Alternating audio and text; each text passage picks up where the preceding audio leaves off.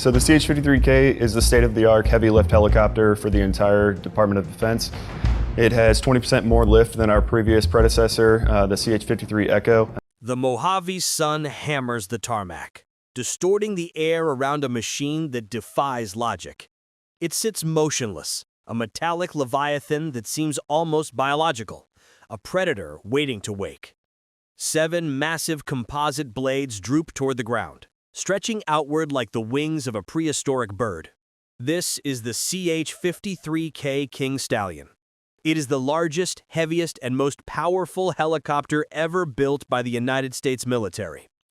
It is a flying fortress, designed to lift tanks, withstand sandstorms, and survive in the deadliest combat zones on Earth. But there is a number attached to this machine that makes even the Pentagon blink. $131 million. Per unit, it costs more than an F-35 stealth fighter. It has faced decades of development hell, ballooning budgets, and skepticism from critics who asked a simple question. Why? Why spend $27 billion on a helicopter program? To find the answer, we have to look past the sticker price and look deep into the engineering. Because when you understand what this machine is actually doing to the laws of physics, the question changes. It's no longer about why it costs so much. The mystery is, how does it fly at all? To understand the King Stallion, you must first understand the inadequacy of its ancestor. For 40 years, the Marine Corps relied on the CH-53E Super Stallion. It was a workhorse, but it was aging. In the high altitudes of Afghanistan or the searing heat of Iraq, the old Echo model struggled. It was losing lift. It was bleeding power. The Marines needed a quantum leap. They got the King. At the heart of the CH-53K are 3 General Electric T408 turboshaft engines. In the world of rotary aviation, these are masterpieces of thermal dynamics. Compared to the T-64 engines of the previous generation, these power plants represent a 57% increase in raw thrust. We are talking about 7,500 shaft horsepower per engine.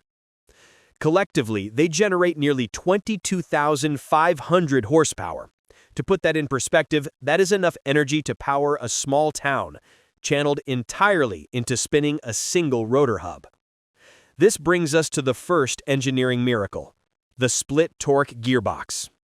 Channeling that level of violence through a mechanical transmission usually results in catastrophic failure. Gears strip, metal shears, and systems overheat. Sikorsky engineers had to design a gearbox system that splits the engine power into multiple pathways before recombining it at the main rotor shaft. It weighs more than a Humvee by itself, yet it operates with the precision of a Swiss watch. This transmission allows the King Stallion to achieve a maximum gross weight of 88,000 pounds. It can lift a 36,000-pound external payload, 2 fully armored Joint Light Tactical vehicles, and carry them over 110 nautical miles in high-hot conditions that would ground almost any other helicopter on Earth. Raw power is useless if the machine tears itself apart. The old metal rotor blades of the 20th century were prone to fatigue and corrosion, especially in the salt spray of amphibious naval operations.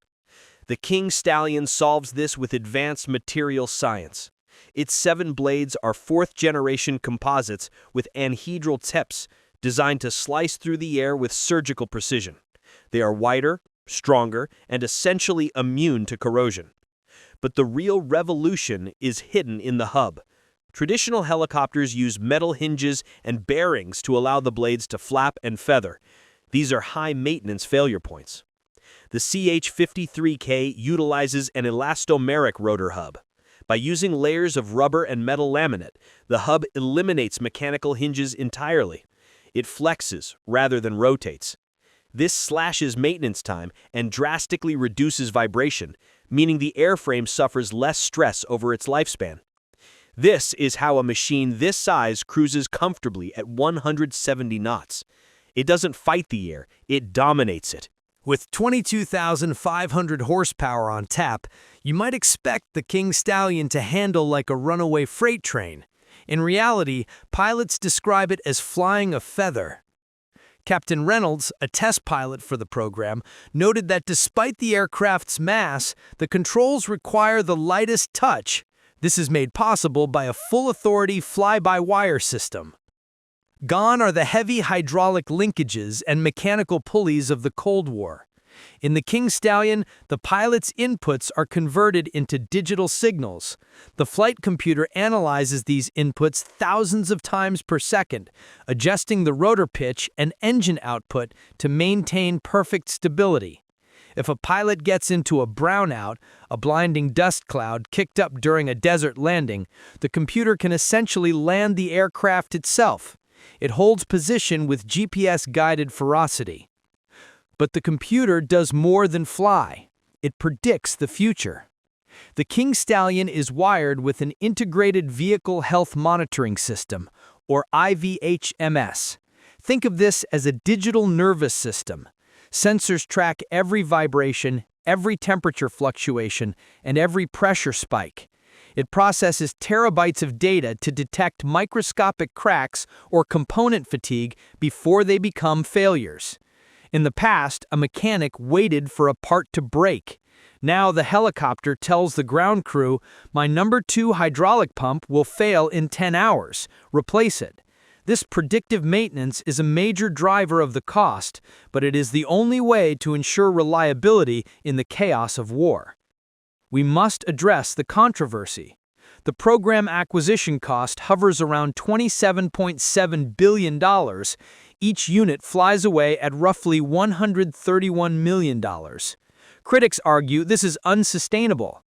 They point to the Russian Mi-26 Halo, which can lift even more weight for a fraction of the price. But that comparison is flawed. The Mi-26 is a truck. The CH-53K is a survivalist. The price tag isn't just for lift, it's for survivability. The fuselage is widened by 12 inches compared to the Echo, allowing it to internally carry 463 L-Master pallets, or fully loaded high-mobility multi-purpose wheeled vehicles, HMMWVs. The floor is equipped with a reversible cargo handling system that allows a single crew chief to load tens of thousands of pounds of gear in minutes. But most importantly, this is a marine machine. It is coated in radar-absorbent and corrosion-resistant materials. The tail boom folds and the blades collapse automatically, transforming this massive beast into a compact package that fits onto the elevator of an assault ship.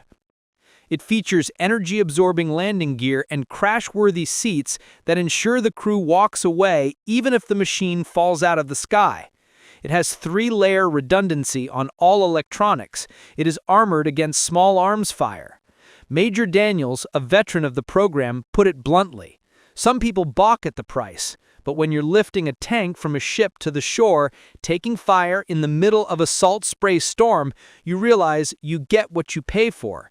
So, is the CH-53K King Stallion a marvel of engineering or a symbol of bloated military spending? The answer lies in the changing face of warfare. Future conflicts won't happen on established airbases with paved runways. They will happen on remote islands in the Pacific, in the jagged mountains of the Arctic, and on shifting front lines where speed and logistics are the only things that matter.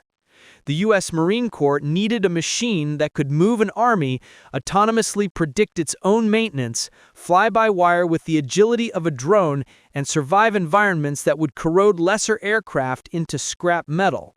They didn't just build a helicopter, they built a logistical superweapon. The CH-53K is the Swiss Army knife on steroids. It combines the finesse of a sports car with the brute force of a locomotive. Yes, the cost is staggering, but in the calculus of modern combat, where a single missed mission can shift the tide of a war, capability is the only currency that counts. The giant has awakened, and for now, nothing else in the sky comes close. What do you think? Is the $131 million price tag justified for this level of capability? Or should the military have looked for cheaper alternatives? Let us know in the comments below. Thanks for watching.